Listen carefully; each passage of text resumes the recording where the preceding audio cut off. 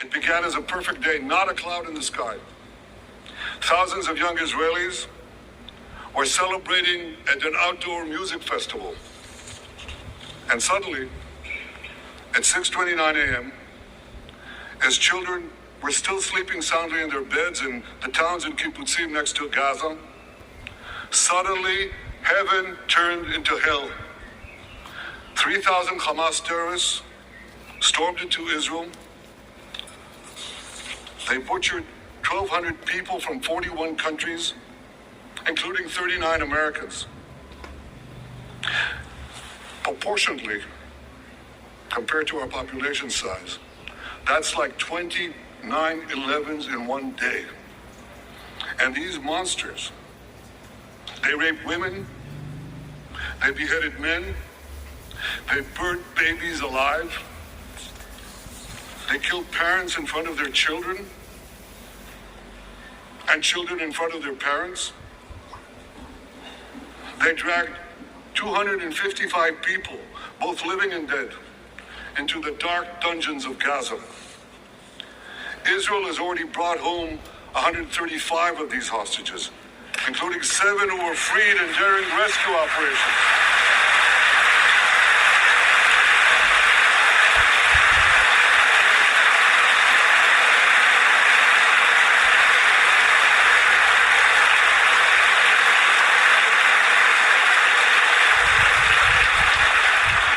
One of those freed hostages, Noor Gamani, is here in the gallery, sitting near my wife Sarah. On the morning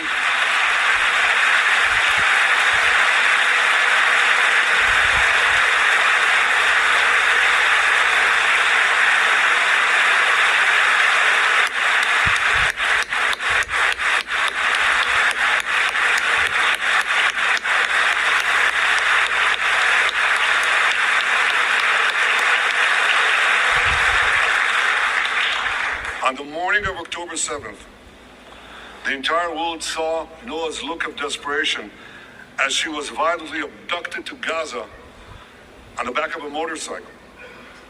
I met Noah's mother, Leora, a few months ago. She was dying of cancer. She said to me, "Prime Minister, I have one final wish. I wish to hug my daughter Noah one last time before I die." 2 months ago, I authorized a breathtaking commando rescue operation. Our special forces, including a heroic officer named Arnon Zmora, who fell in this battle, rescued Noah and 3 other hostages.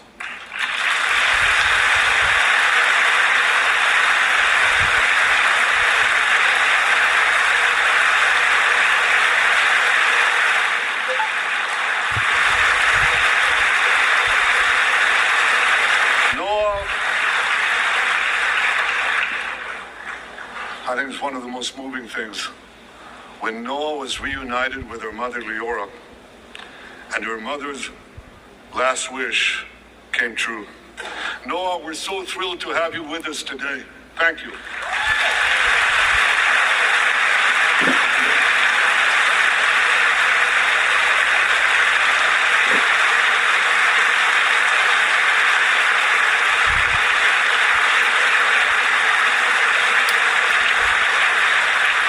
Many hostage families are also here with us today, including Eliyahu Bibas. Eliyahu Bibas is the grandfather of those 2 beautiful red-headed boys, the Bibas boys, toddlers. And they were taken hostage with their mother and Eliyahu's son. The entire family was taken hostage.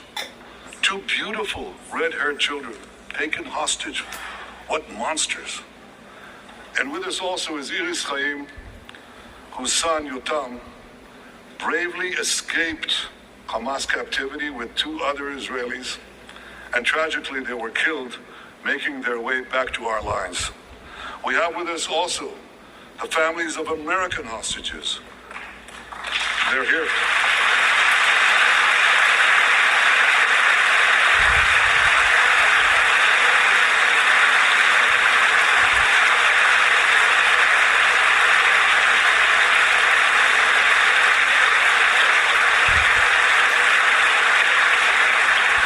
pain these families have endured is beyond words. I met with them again yesterday, and I promised them this: I will not rest until all their loved ones are home. All of them.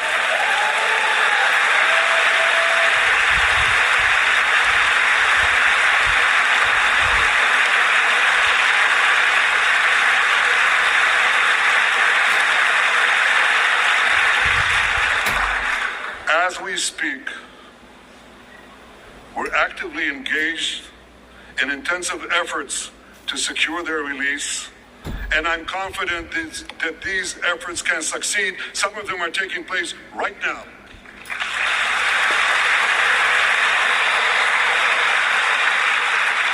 I want to thank President Biden for his tireless efforts on behalf of the hostages and for his efforts to the hostage families as well.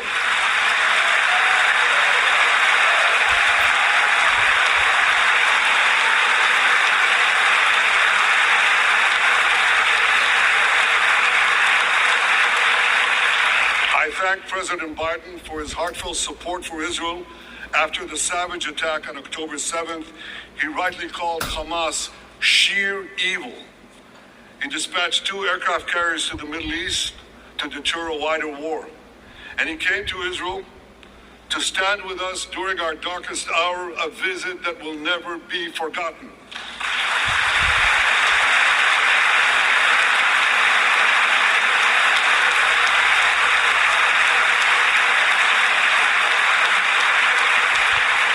President Biden and I have known each other for over 40 years. I want to thank him for half a century of friendship to Israel and for being, as he says, a proud Zionist. Actually, he says a proud Irish-American Zionist.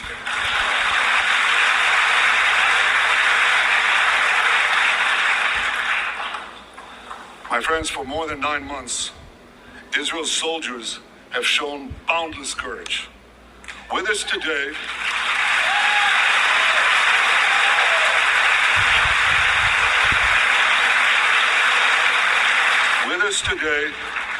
is Lieutenant Avichai Reuven.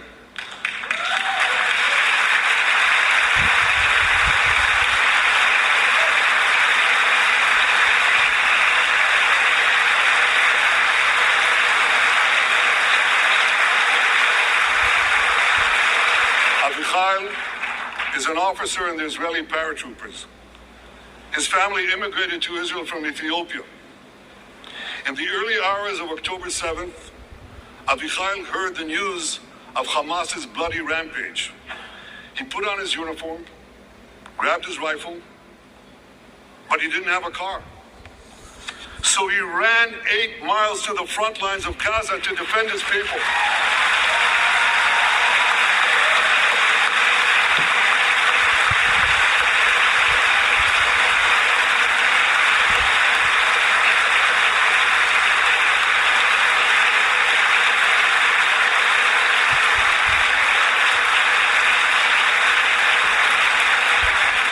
Right? He ran 8 miles, came to the front lines, killed many terrorists, and saved many, many lives. Avichai, we all honor your remarkable heroism. Another Israeli is with us here today, and he's stand up right next to Avichai. This is Master Sergeant Ashraf al-Bakhiri.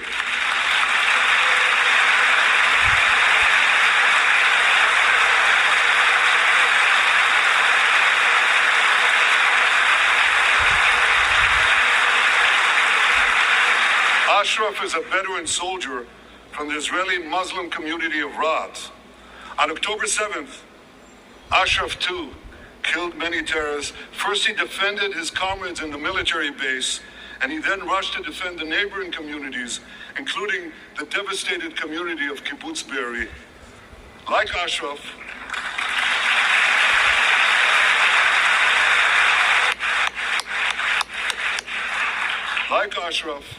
the Muslim soldiers of the IDF fought alongside their Jewish, Druze, Christian, and other comrades in arms with tremendous bravery.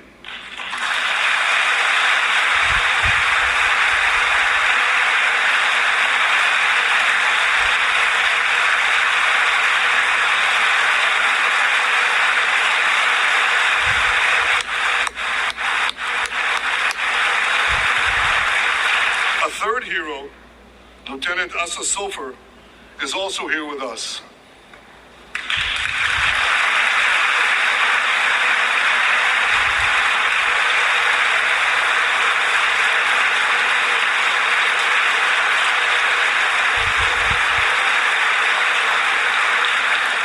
Asa fought as an officer in the Tank Corps, and he was wounded in battle.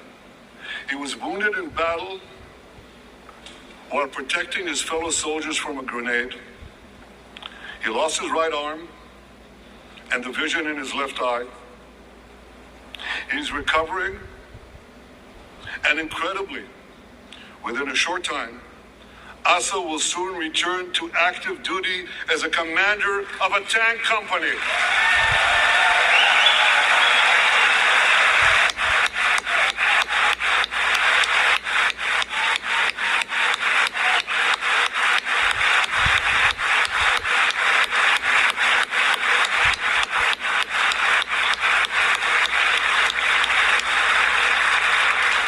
I just learned there is a fourth hero here, Lieutenant Jonathan Ben Hamel, who lost a leg in Gaza and continued to fight.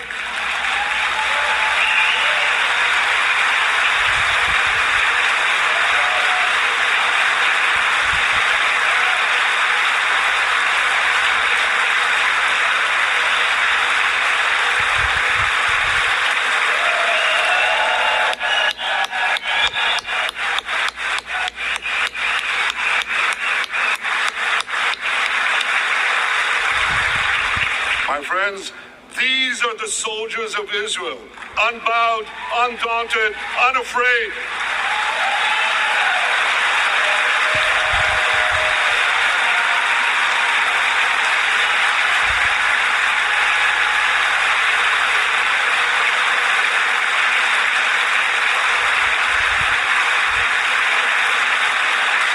As the Bible says, Am kilavi yakum. They shall rise like lions. They have risen like lions. The lions of Judah, the lions of Israel.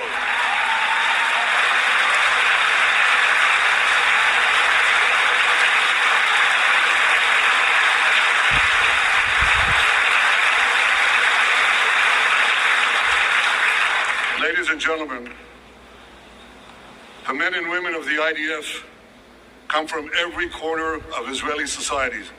Every ethnicity, every color, every creed, left and right, religious and secular, all are imbued with the indomitable spirit of the Maccabees, the legendary Jewish warriors of antiquity. With us today is Yechiel Leiter, the father of one of those Maccabees. Yechiel's father escaped the Holocaust and found refuge in America. As a young man, Yechiel moved to Israel and raised a family of 8 children. He named his eldest son, Moshe, after his late father. Moshe became an exemplary officer in one of our elite commando units. He served with distinction for 2 decades while raising 6 beautiful children of his own. On October 7th, Moshe volunteered to return to combat. 4 weeks later, he was killed when a booby-trapped mine exploded in a tunnel shaft right next to a mosque.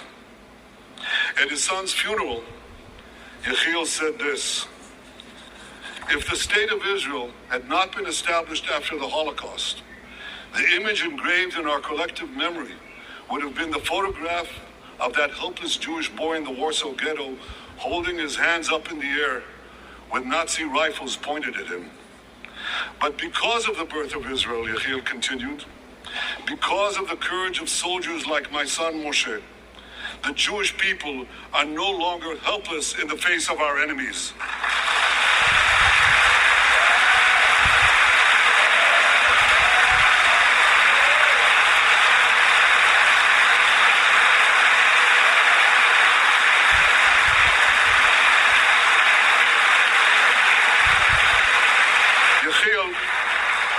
Yechiel, please rise so we can honor your son's sacrifice. And I pledge to you and to all the bereaved families of Israel, some of whom are in this hall today, the sacrifice of your loved ones will not be in vain.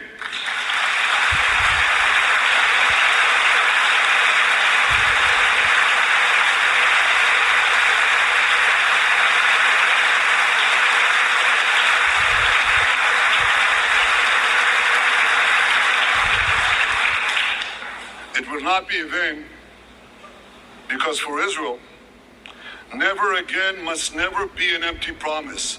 It must always remain a sacred vow. And after October 7th, never again is now.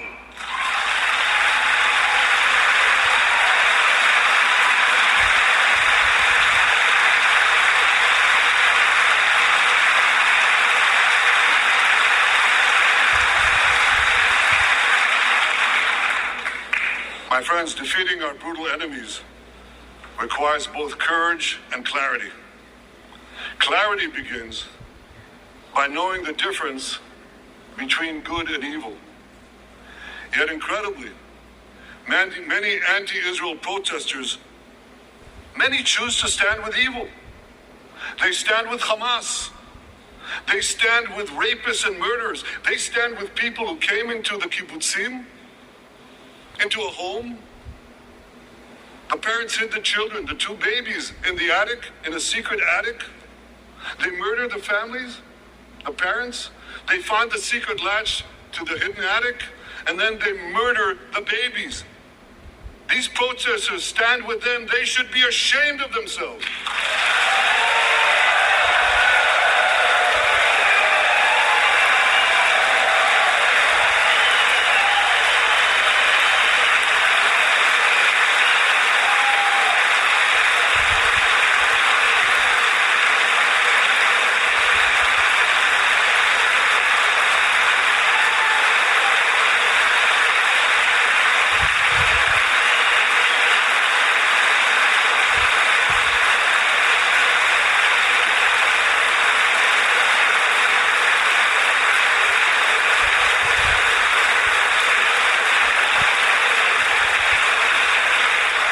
Refuse to make the simple distinction between those who target terrorists and those who target civilians, between the democratic state of Israel and the terrorist thugs of Hamas. We recently learned from the National Security Director, U.S. Director of National Intelligence, that Iran is funding and promoting anti-Israel protests in America. They want to disrupt America. So these protesters burn American flags even on the 4th of July. And I wish to salute the fraternity brothers at the University of North Carolina who protected the American flag against these anti-Israel protesters.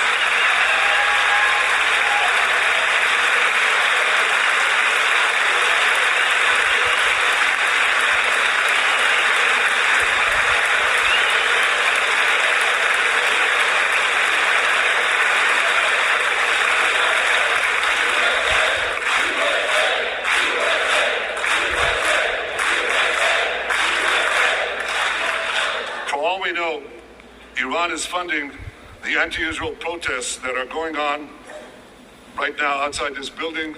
Not that many, but they're there, and throughout the city. Well, I have a message for these protesters. When the tyrants of Tehran, who hang gays from cranes and murder women for not covering their hair, are praising, promoting, and funding you, you have officially become Iran's useful idiots.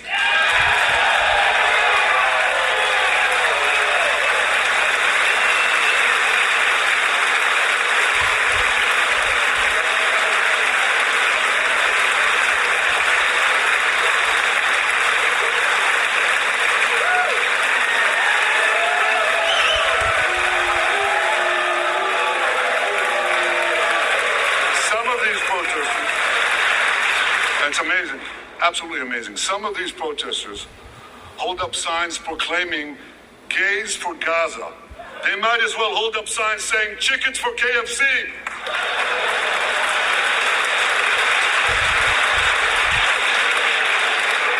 These protesters chant from the river to the sea, but many don't have a clue what river and what sea they're talking about. They not only get an F in geography, they get an F in history. They call Israel a colonialist state. Don't they know that the land of Israel is where Abraham, Isaac, and Jacob prayed, where Isaiah and Jeremiah preached, and where David and Solomon ruled?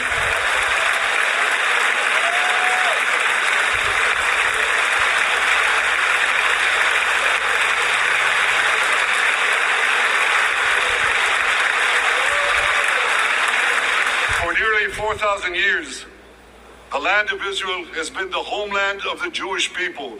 It's always been our home. It will always be our home.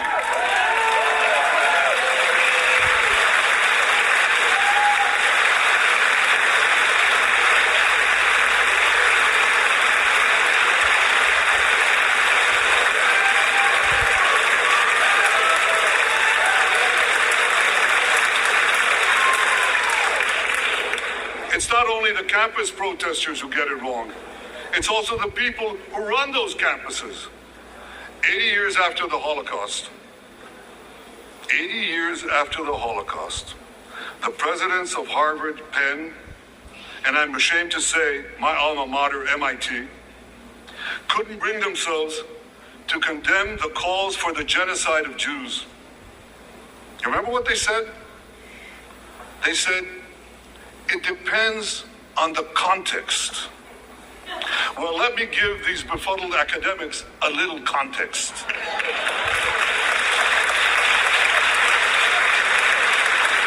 Anti-Semitism is the world's oldest hatred. For centuries, the massacre of Jews was always preceded by wild accusations. We were accused of everything from poisoning wells to spreading plagues, to using the blood of slaughtered children to bake Passover matzahs. These preposterous anti-Semitic lies led to persecution, mass murder, and ultimately to history's worst genocide, the Holocaust. Now, just as malicious lies were leveled for centuries at the Jewish people, malicious lies are now being leveled at the Jewish state. No, don't applaud. Listen. The outrageous slanders that paint Israel as racist and genocidal are meant to delegitimize Israel, to demonize the Jewish state, and to demonize Jews everywhere. And no wonder we've witnessed an appalling rise of anti-Semitism in America and around the world. My friends, whenever and wherever we see the scourge of anti-Semitism, we must unequivocally condemn it and resolutely fight it, without exception.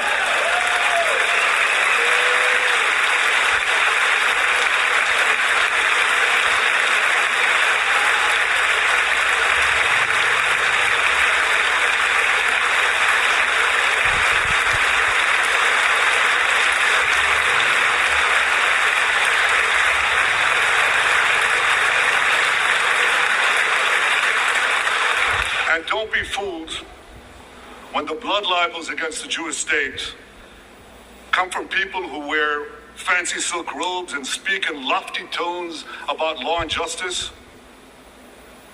Here's a case in point. The prosecutor of the International Criminal Court has shamefully accused Israel of deliberately starving the people of Gaza. This is utter, complete nonsense. It's a complete fabrication.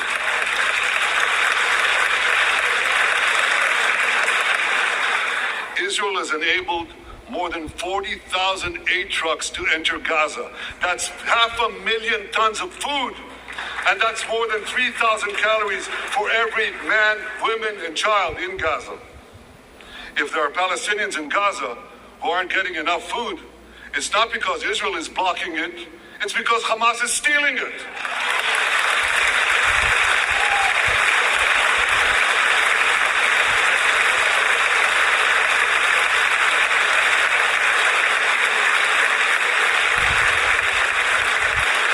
So much for that lie, but here's another. The ICC prosecutor accuses Israel of deliberately targeting civilians. What in God's green earth is he talking about?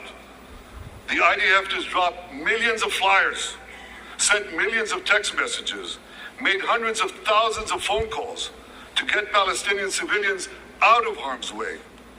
But at the same time, Hamas does everything in its power to put Palestinian civilians in harm's way. They fire rockets from schools, from hospitals, from mosques. They even shoot their own people when they try to leave the war zone. A senior Hamas official, Fatih Hamad, boasted, listen to this, he boasted that Palestinian women and children excel at being human shields. His words, excel at being human shields. What monstrous evil. For Israel, every civilian death is a tragedy. For Hamas, it's a strategy. They actually want Palestinian civilians to die so that Israel will be smeared in the international media and be pressured to end the war before it's won. This would enable Hamas to survive another day, and as they vowed, to carry out October 7th again and again and again. Well, I want to assure you, no matter what pressure is brought to bear, I will never allow that to happen.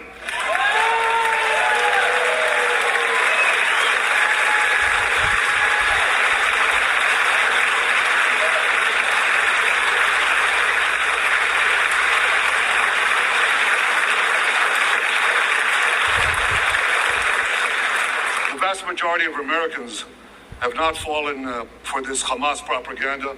They continue to support Israel. And I want to say thank you, America, and thank you, senators and House members who continue to support us, continue to support Israel, continue to support the truth, and see through the lies. But as for the minority that may have fallen for Hamas's cons job, I suggest you listen to Colonel John Spencer. John Spencer is head of urban warfare studies at West Point. He studied every major urban conflict. I was going to say in modern history. He corrected me, no, in history. Israel, he said, has implemented more precautions to prevent civilian harm than any military in history and beyond what international law requires.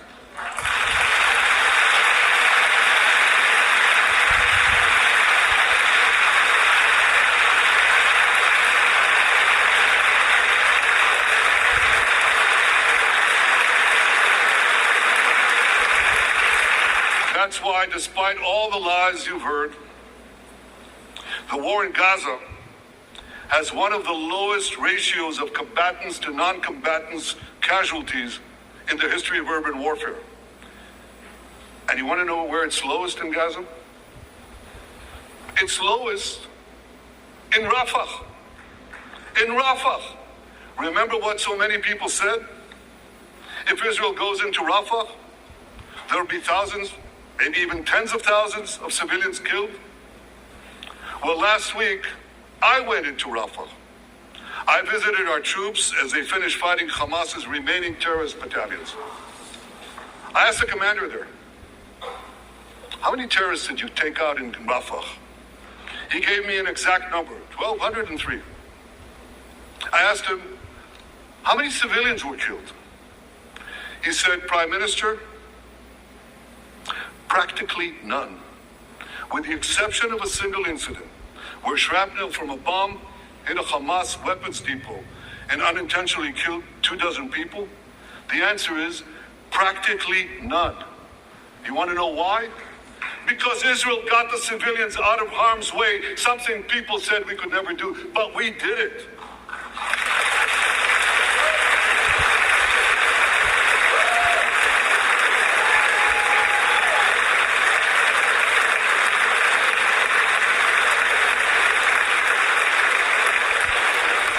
These heroes here today, the heroic soldiers of Israel, should not be condemned for how they're conducting the war in Gaza. They should be commended for it.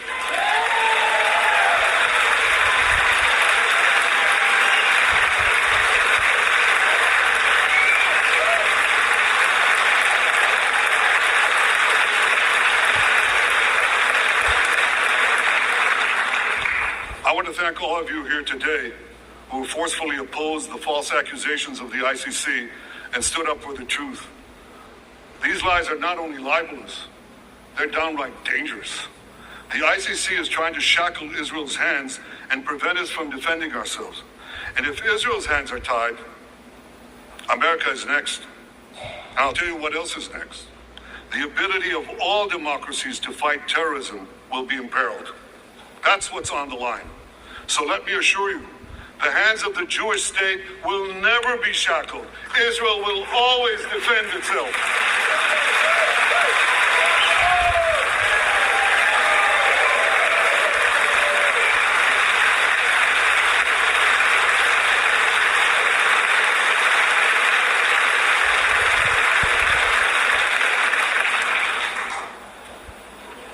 friends, in the Middle East, Iran is virtually behind all the terrorism, all the turmoil, all the chaos, all the killing. And that should come as no surprise. When he founded the Islamic Republic, Ayatollah Khomeini pledged, "We will export our revolution to the entire world." We will export the Islamic revolution to the entire world. Now ask yourself, which country ultimately stands in the way of Iran's maniacal plans to impose radical Islam on the world? And the answer is clear. It's America, the guardian of Western civilization and the world's greatest power.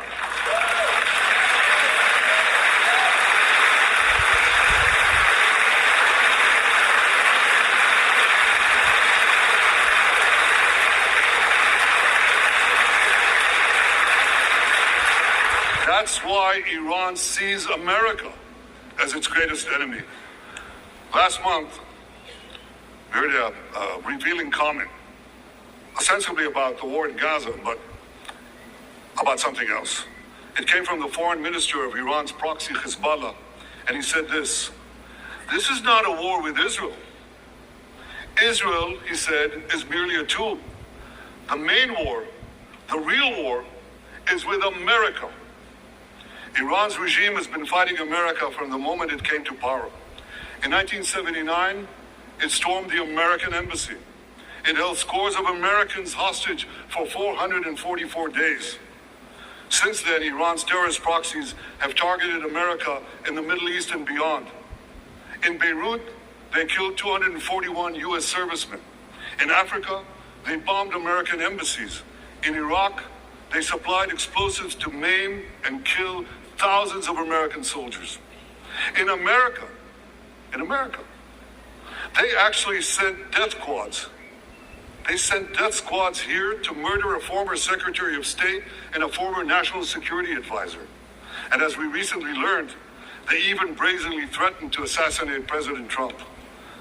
But Iran understands that to truly challenge America, it must first conquer the Middle East.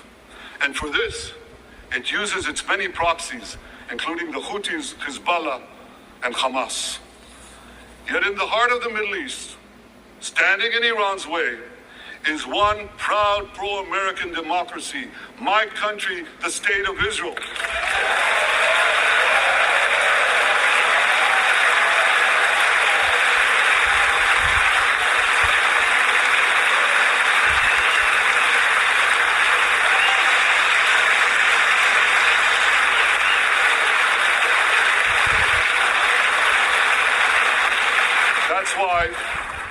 That's why the mobs in Tehran chant death to Israel before they chant death to America.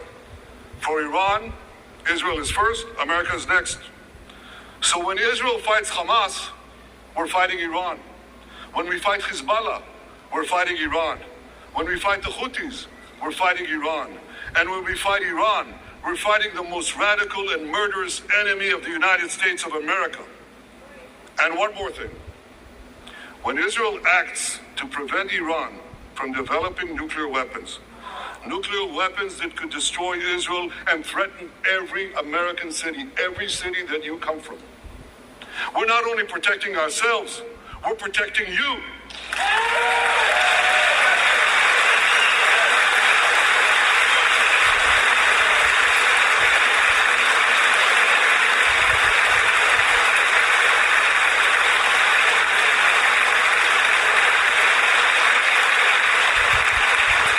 My friends, if you remember one thing from the speech, remember this: our enemies are your enemies.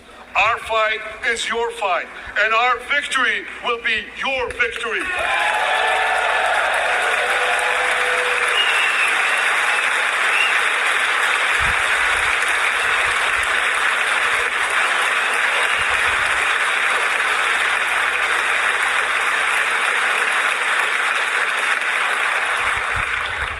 Ladies and gentlemen, that victory is in sight. Israel's defeat of Hamas will be a powerful blow to Iran's axis of terror. Another part of that axis, Hezbollah, attacked Israel on October 8th, a day after the Hamas attack. It has launched thousands of missiles and drones against us. 80,000 of our citizens in northern Israel evacuated their homes, becoming effectively refugees in their own land. We are committed to returning them home. We prefer to achieve this diplomatically. But let me be clear. Israel will do whatever it must do to restore security to our northern border and return our people safely to their homes.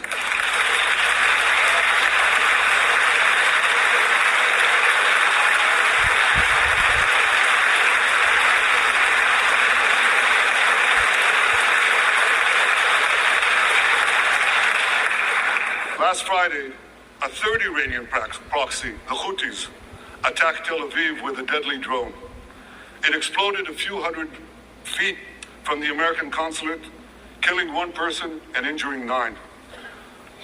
On Saturday, I authorized a swift response to that attack. All our enemies should know this.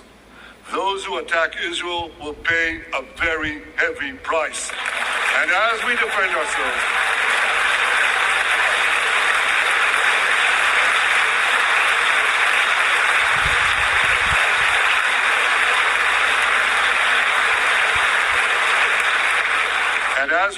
ourselves, on all fronts, I know that America has our back. And I thank you for it. All sides of the aisle. Thank you.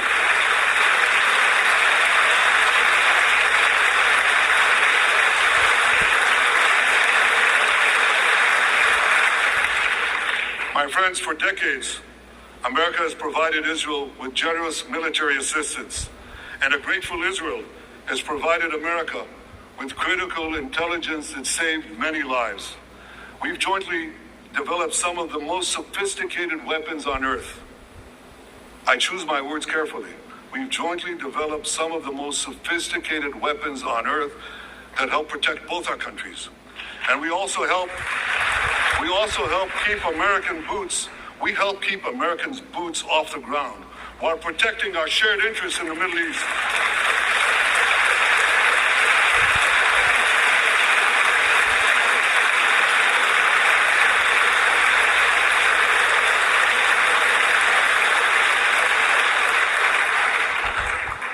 I deeply appreciate America's support, including in this current war. But this is an exceptional moment. Fast-tracking U.S. military aid can dramatically expedite an end to the war in Gaza and help prevent a broader war in the Middle East. In World War II, as Britain fought on the front lines of civilization, Winston Churchill appealed to Americans with these famous words: "Give us the tools and we'll finish the job." Today, as Israel fights on the front line of civilization, I too appeal to America. Give us the tools faster and we'll finish the job faster.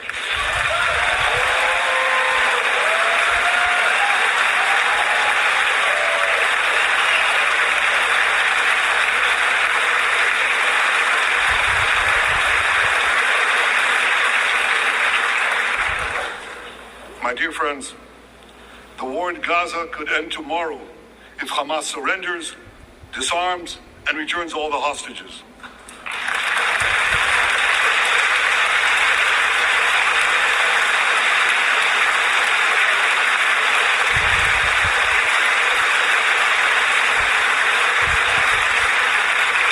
But if they don't, Israel will fight until we destroy Hamas's military capabilities, end its rule in Gaza, and bring all our hostages home.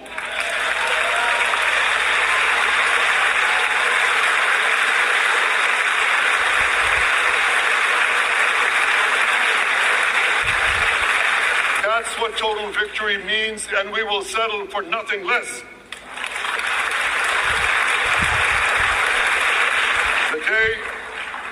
The day after we defeat Hamas, a new Gaza could emerge. My vision for that day is of a demilitarized and de-radicalized Gaza. Israel does not seek to resettle Gaza, but for the foreseeable future, We must retain overriding security control there to prevent the resurgence of terror, to ensure that Gaza never again poses a threat to Israel.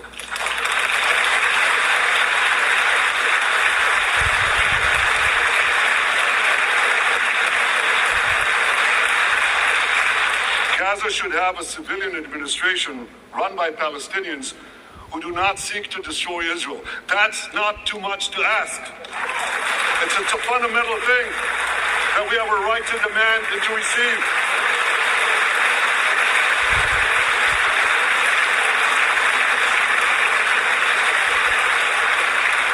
A new generation of Palestinians must no longer be taught to hate Jews, but rather to live in peace with us.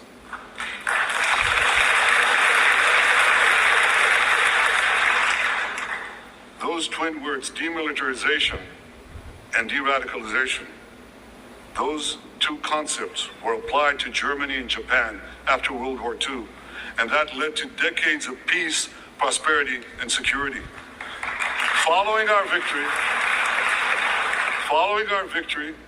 with the help of regional partners, the demilitarization and de-radicalization of Gaza can also lead to a future of security, prosperity, and peace. That's my vision for Gaza.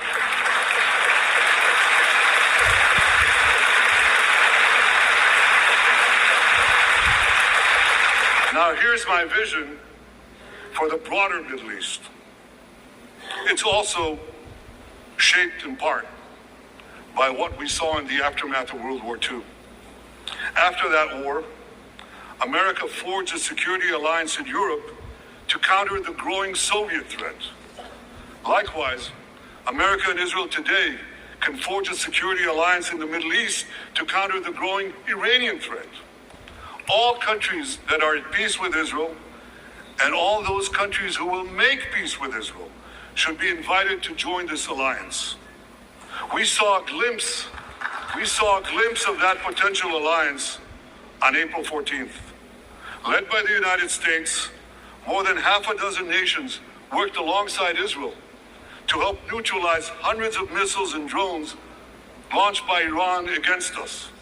Thank you, President Biden, for bringing that coalition together.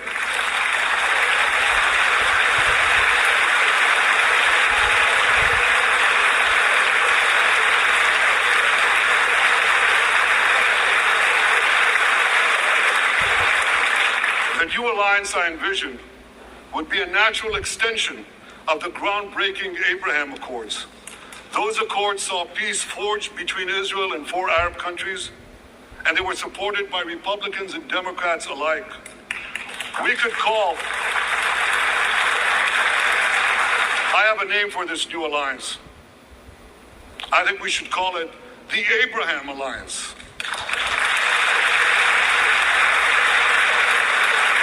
I want to thank President Trump for his leadership in brokering the historic Abraham Accords.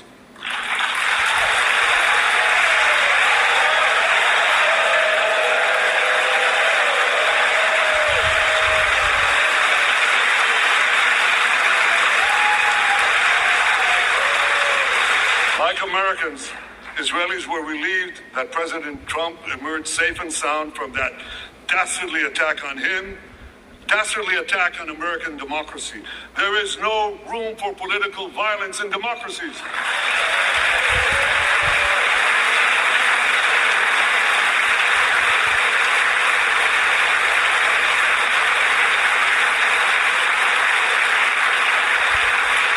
I also want to thank President Trump for all the things he did for Israel, from recognizing Israel's sovereignty over the Golan Heights, to confronting Iran's aggression, to recognizing Jerusalem as our capital and moving the American embassy there.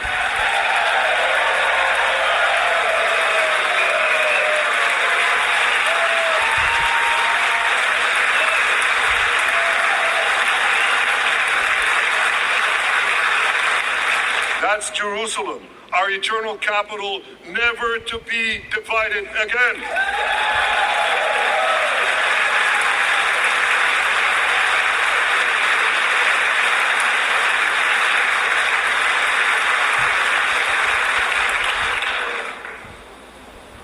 My dear friends, friends, Democrats and Republicans, despite these times of upheaval, I'm hopeful about the future.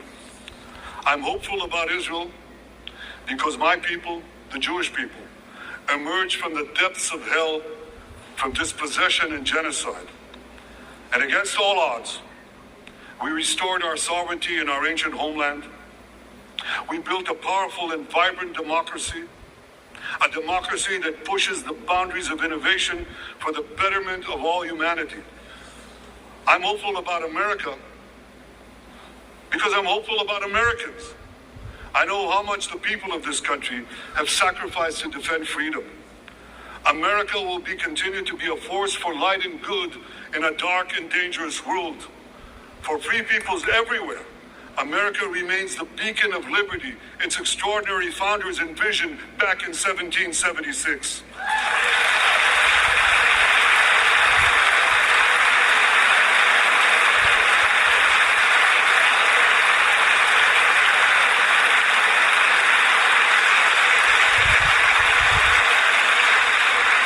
Working together, I'm confident that our two nations will vanquish the tyrants and terrorists who threaten us both. As Israel's Prime Minister, I promise you this: no matter how long it takes, no matter how difficult the road ahead, Israel will not relent, Israel will not bend. We will defend our land, we will defend our people, we will fight until we achieve victory. Victory over liberty, rather victory of liberty over tyranny, victory of life over death, victory of good over evil. That's our solemn commitment.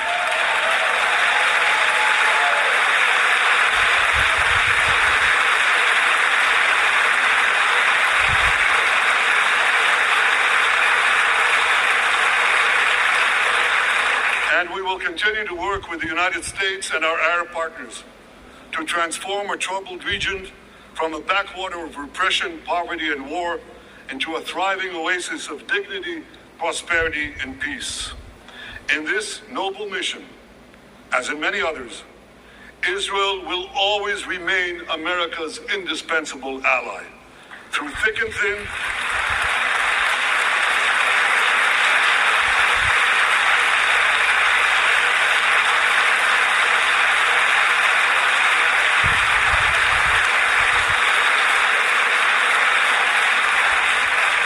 thick and thin, in good times and in bad, Israel will always be your loyal friend and your steadfast partner. On behalf of the people of Israel, I came here today to say thank you, America. Thank you for your support and solidarity. Thank you for standing in Israel, with Israel, in our hour of need. Together we shall defend our common civilization. Together, we shall secure a brilliant future for both our nations.